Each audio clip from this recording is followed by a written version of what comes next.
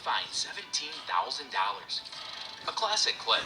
The old Jim Rome show was famous for its host pushing the buttons of his guests. Here, Rome has on NFL QB Jim Everett, but Rome keeps calling him Chris Everett, like the tennis star. It's a very forward-thinking joke by Rome. Basically, haha, you're a girl. Well, funny or not, Everett doesn't appreciate it and loses his cool. Strikeouts are so frustrating. You keep doing everything that you've been taught, but it feels like there's nothing you can do to set things right, and everything is going wrong.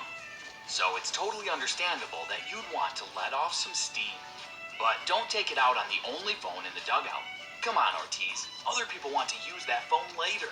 How are we ever going to order that pizza now? Selfish.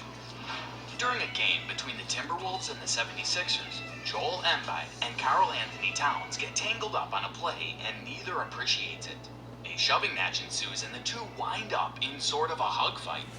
Who would have thought that a guy like Joel Embiid, who acts like a jerk on social media, would be such an immature jerk in real life?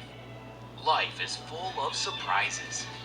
Back in the day, NBA players used to throw punches instead of rolling around in hug fights. Some of those guys may have been a little unstable, so if you were a fan in the first couple of rows, you needed to watch what you'd say. Take what happens when Houston Rocket Mad Max, Vernon Maxwell, hears something he doesn't like. He marches up several rows and knocks this fan right upside the head. Speaking of fans getting involved, the malice at the Palace was when two whole basketball teams and a section of fans all collectively lost their cool. A fight broke out between the Detroit Pistons and the Indiana Pacers, and as tempers flared and cooled and flared again, fans began throwing food and drinks, sending Ron Artest into the crowd and bringing the brawl into the audience. It's probably safe to say that Derek Anderson is not a big fan of press conferences. A reporter asks him a question about him laughing with a teammate towards the end of a game while his team was getting blown out, and Derek does not appreciate it one bit. Who's laughing now? It looks like Marcos Baghdatis wasn't having a day he planned. He probably wasn't planning on getting embarrassed and throwing a little baby tantrum on TV. So when things aren't going your way and you're a tennis star, what else are you going to do but smash your racket?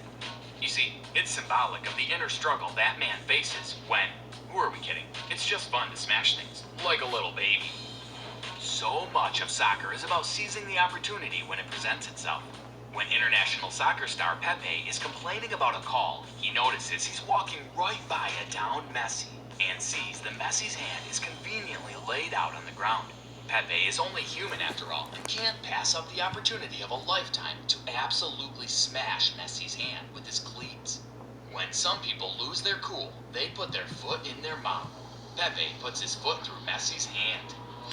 Peyton Manning was one of the top quarterbacks for years in the NFL.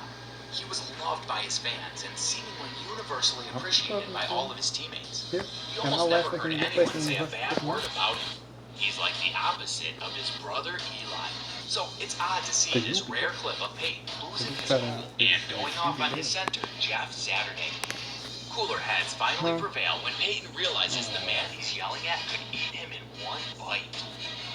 Utah is one of the most unique places to play in the NBA. Let's just say that their sports-starved fans can be somewhat hostile to the visiting teams. The Phoenix Suns' Jared Dudley has had enough of the situation and what he believes are underhanded tactics by the Jazz, and lets his frustrations loose on the diminutive Spaniard, Ricky Rubio. Dudley shoulder block tackles Rubio and sends his mouthguard flying as both benches clear to settle things down.